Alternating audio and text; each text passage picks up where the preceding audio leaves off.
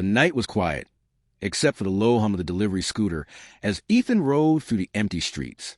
He worked a late shift for a food delivery app, one of those jobs that never promised stability, but always filled his pockets just enough to pay rent. The city had fallen into its usual hush, neon lights buzzing against the night air, when he pulled into an alley shortcut to shave off a few minutes. That's when he saw it. At first, he thought it was just trash, a broken plastic toy lying half-buried near the gutter. But when his headlights washed over it, he noticed it wasn't like anything he'd ever seen before. It was a small figurine, barely the size of his palm, carved with intricate markings that glowed faintly in the dark. Its shape resembled something between a tiny soldier and a mythical creature, with elongated arms and eyes that seemed to reflect the light back at him. Ethan stopped the scooter, curiosity pulling stronger than his sense of urgency. He crouched down, picked it up, and turned it over in his hand. The toy was warm, not from the sun. It was the middle of the night, but as though it generated its own heat. "Strange little thing," he muttered, slipping it into his jacket pocket. He didn't know it then, but that single choice, the act of picking up what looked like a discarded toy, was about to change the entire course of his life. When Ethan finished his last delivery and finally went home, exhaustion sat heavy on his shoulders. His apartment was a cramped one-room space with peeling paint and a window that barely closed. He tossed his keys onto the counter, set down his delivery bag, and finally pulled out the toy. In the dim light of his lamp, the carvings glowed brighter, pulsating faintly, like a heartbeat. He frowned. All right, this is not normal. The moment he whispered the words, the toy shifted in his palm. The tiny eyes flickered open, like shutters revealing a faint blue glow. Ethan froze, mouth open. The figurine trembled, then unfolded, not like a toy transforming, but like something alive stretching after a long sleep. The thing let out a faint chirp, a sound somewhere between a bird and static electricity. Ethan stumbled backward, nearly knocking over his chair. The creature looked up at him and tilted its head. "You've got to be kidding me," Ethan whispered. "You're alive?" The small creature answered by hopping into the air, levitating slightly above his palm. The carvings on his body flared with light, and suddenly, Ethan's tiny apartment was filled with holographic shapes, strange constellations, star maps, and lines of symbols he couldn't read. Ethan's pulse hammered in his ears. "What the hell are you?" The creature chirped again, almost cheerfully, and one of the star maps zoomed in, focusing on a swirling galaxy. Ethan reached out instinctively, and the hologram responded, shifting as though waiting for his command. He spent the next hour experimenting with it, waving his hand to move the holographic images. The creature seemed to recognize his curiosity, floating around him with bursts of excited light. Despite his confusion, Ethan felt a strange pull, like this thing had been waiting for him specifically. The next morning, reality hit. He had bills, rent, deliveries to make. He stuffed the creature into his backpack, hoping it wouldn't attract attention. But the world wasn't about to let him pretend life was the same. During his shift, strange things started happening. His scooter, which usually struggled on inclines, zoomed uphill like it had been turbocharged. His delivery app, often glitchy, now updated perfectly, guiding him with flawless efficiency. Even traffic lights seemed to turn green right as he approached. Customers opened their doors and stared at him oddly, as though sensing something different about him.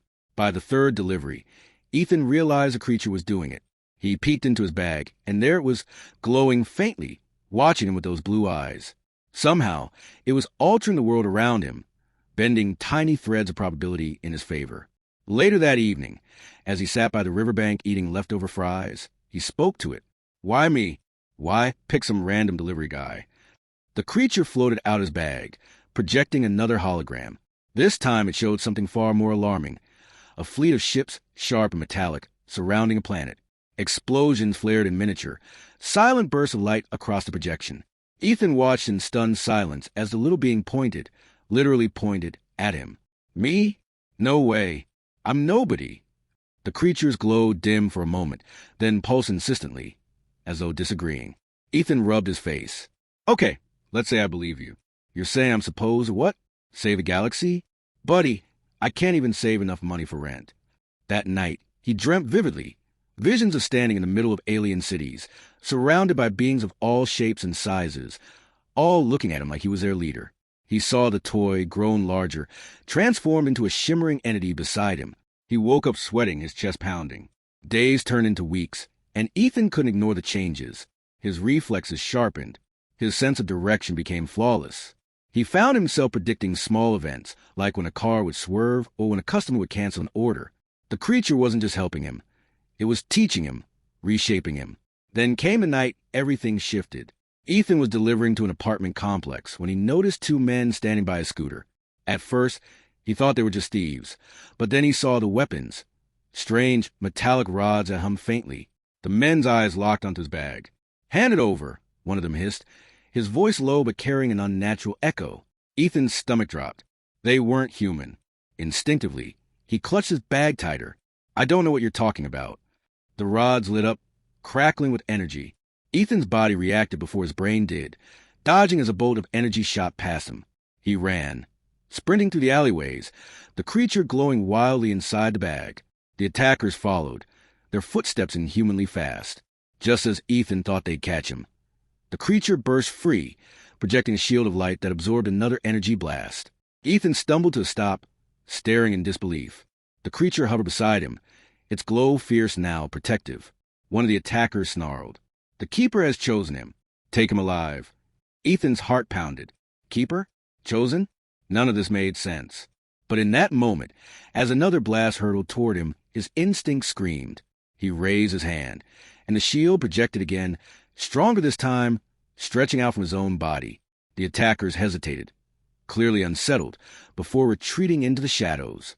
Ethan stood frozen, his chest heaving. He looked at his hand, then at the little being hovering in front of him. "You made me do that."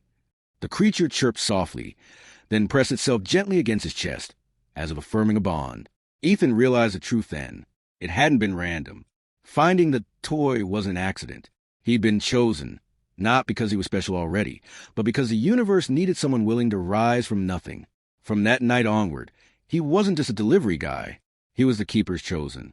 His life of late-night scooter rides and greasy takeout bags was gone. Ahead of him lay a path tangled with danger, responsibility, and wonders he couldn't yet imagine. As he stood beneath the stars, the creature projected the galaxy again. But this time, the central figure wasn't some faceless hero. It was him. And for the first time in years, Ethan felt like maybe, just maybe, his life meant something bigger than survival.